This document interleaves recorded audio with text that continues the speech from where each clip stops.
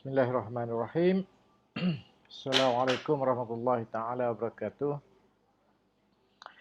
Ya, bertemu lagi dalam siri motivasi remaja. Kita nak sambung dalam channel Positive Vibes. Pada sesi yang lalu saya bercakap mengenai ketakutan melampau, sebab-sebab dan akibatnya. Pada kali ini, saya akan memberikan tips-tips yang berguna. Sebenarnya ada 5 tips untuk saya bincang dan kongsikan dengan para pendengar tentang bagaimana agaknya kita boleh menghapus atau melumpuhkan ketakutan. So, saya pergi pada tip yang pertama. Yang pertama ialah bila kita berdepan dengan masalah-masalah, suatu suasana yang kita rasa menakutkan kita, sama ada kita pergi interview, temuduga kerja, atau kita berdepan dengan pembentangan kertas kerja atau assignment, atau kita harus berhadapan dengan orang-orang asing yang jarang kita temui atau tak pernah kita temui sebelum ini. Ada 5 perkara yang tuan-tuan dan puan-puan pendengar perlu cuba lakukan. Okay. Ini saya rumuskan daripada 3 sebab takut yang kita bincang pada sesi yang lalu. So, tip yang pertama ialah bernafas dengan dalam. Sebahagian besar kita tidak bernafas dengan betul. Dalam keadaan biasa pun, kita nafas pendek dan kita lepaskan. Tapi bila kita berada dalam keadaan kritikal, iaitu takut, kita mesti bernafas dengan dalam, tarik nafas, berhenti sekejap dan hembus keluar melalui mulut. Tarik melalui hidung dan keluar melalui mulut. Kalau perlu, jerit sesuatu. Contohnya, begitu. Lepaskan. Selepas kita menahan sekejap nafas setakat yang kita mampu dan lepaskan. Kerana itu tuan-tuan boleh tengok ya, kalau ada pasukan sukan yang dalam keadaan tertekan untuk menang, mereka akan sentiasa bersama, tarik nafas bersama-sama, tahan sekejap setakat yang kita mampu dan lepaskan. Begitu.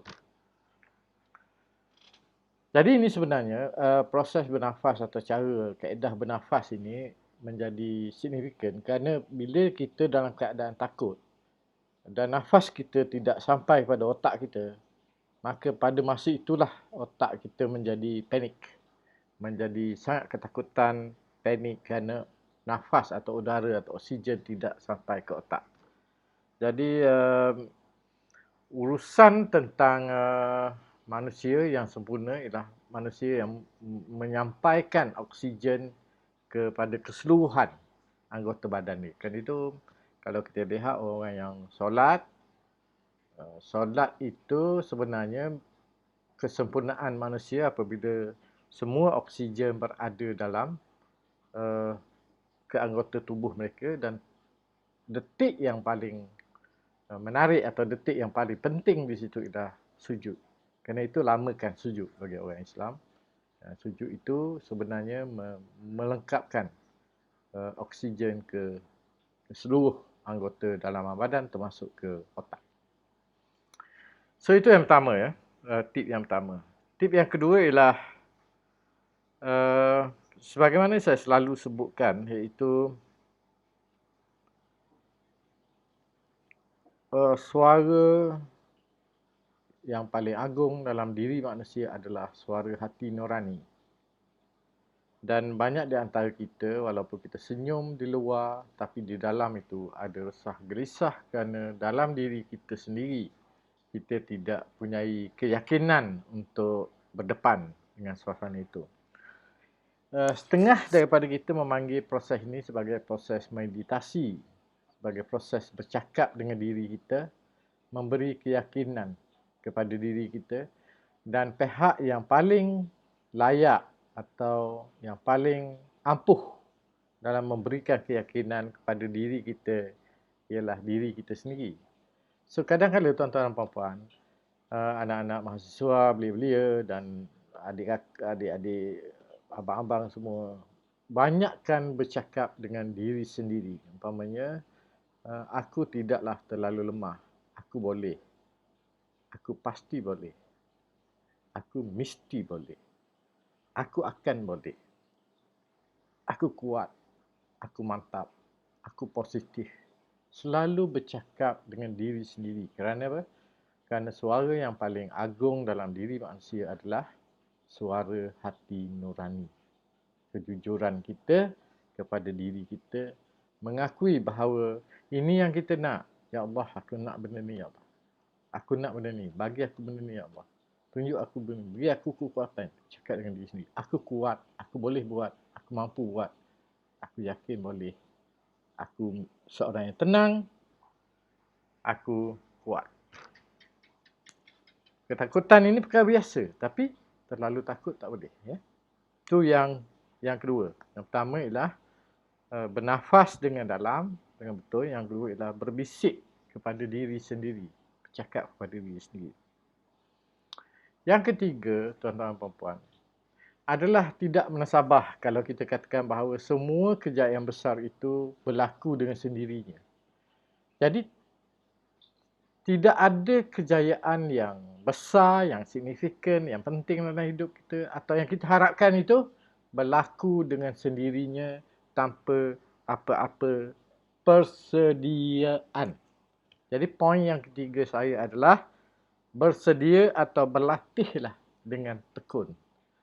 Tak ada satu kejayaan pun yang datang sebagai hanya satu anugerah. Macam hujan turun. Oh, hujan turun, akad kain di jemuran. Tak. Kejayaan bukan dalam konteks itu. Yang harus ataupun wajar atau prasyarat satu kejayaan itu ialah latihan. Setengah orang kata practice make perfect.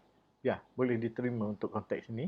Di mana kita mesti bersedia untuk semua kemungkinan yang mungkin berlaku dalam suasana kita. Contohnya, kita nak bentang kertas kerja perniagaan. Kita berlatihlah membentangnya, terutama dengan kawan-kawan yang ada berfikiran yang agak berbeza dengan kita. Kerana dengan berfikiran berbeza itu, mereka akan tanya soalan-soalan yang bakal mencabar kita dan sekaligus membuat kita bersedia untuk menjawab soalan-soalan itu dengan mantap. Berlatihlah. Kalau nak main sukan, berlatih berterusan. Kalau nak bentang kertas kerja, berlatih berterusan. Kalau nak interview, cari soalan-soalan yang berkaitan dengan kerja-kerja tersebut, yang berkaitan dengan latar belakang company yang kita nak attend temuga, yang berkaitan dengan orang-orang yang mungkin masuk sebagai panel, study semua itu. Bersedialah. Biasanya pengalaman saya temuga akan ada 5-6 orang yang daripada pelbagai latar belakang. Kalau nak jadi pensyarah contohnya, daripada fakulti ada seorang, daripada akademik seorang, daripada wakil pentadbiran TNC, daripada kewangan, daripada human resource. Jadi mereka ini kerana mereka mewakili jabatan atau unit-unit yang berbeza dalam organisasi, mereka akan bertanya soalan-soalan yang berbeza yang mengikut kesesuaian atau kepakaran atau tanggungjawab mereka sendiri. Jadi tuan-tuan, tengok jawatan yang tuan-tuan akan ditemuruga itu dan kajilah kemungkinan soalan-soalan. Tanya orang-orang yang berpengalaman, tanya saudara mara, tanya cikgu dan sebagainya. Untuk kita menjangka beberapa soalan yang mungkin ditanya dan kita bersedia dengan jawapan-jawapan. Harus diingat tuan-tuan ya, adik-adik, bahawa jawapan yang kita sediakan itu harus sederhana. Kan? Jangan kita terlalu excited untuk kata boleh buat, tapi dalam keadaan yang kita tak tahu apa-apa. Pengalaman saya temuduga beberapa staf, saya tak suka apa yang kita cari dah. Kita tak suka bakal pekerja yang terlalu negatif. Umpamanya, awak tahu menggunakan aplikasi Word, Office, Microsoft Office. Saya tak tahu. Jawab je.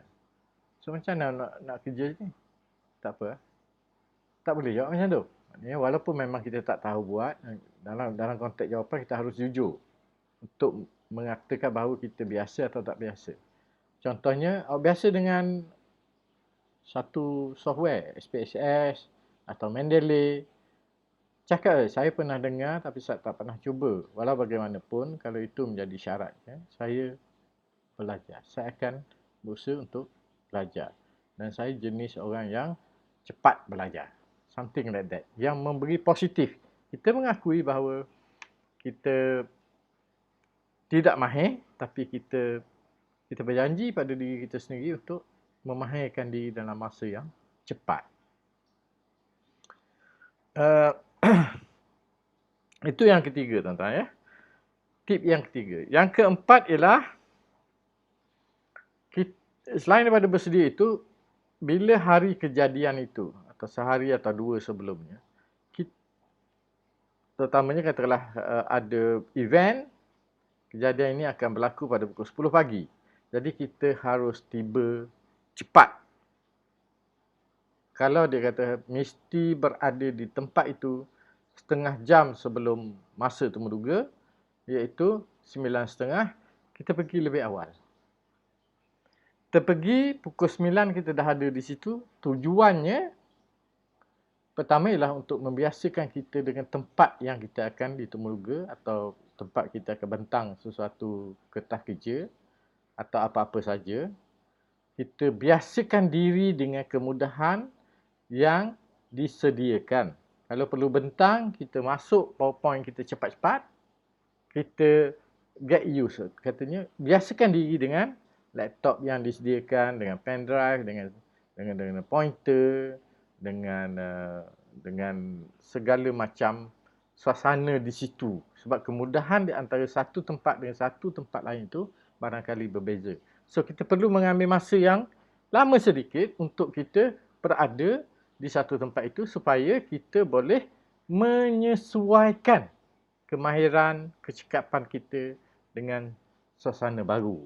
Jadi itu penting.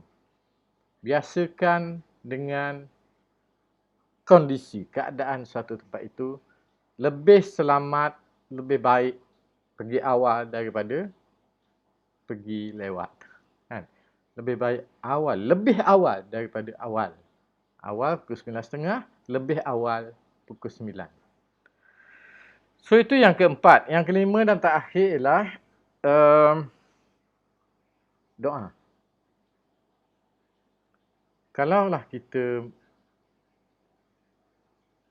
mengaku kita manusia, kita harus merasakan dan yakin bahawa setiap sesuatu yang tertimpa di atas diri kita merupakan keputusan Tuhan, keputusan Allah SWT.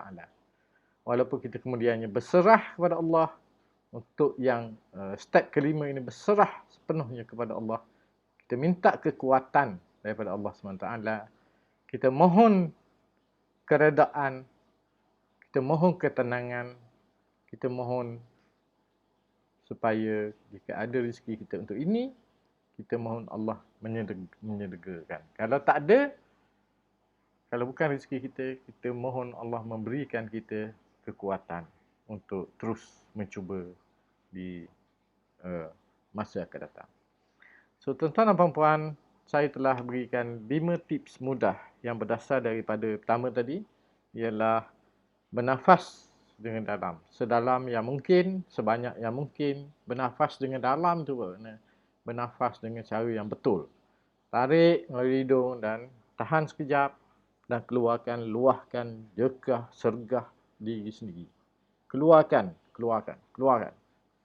Yang pertama. Yang kedua, berbisik dengan diri sendiri. Kerana suara yang paling agung dalam diri manusia adalah suara hati nurani.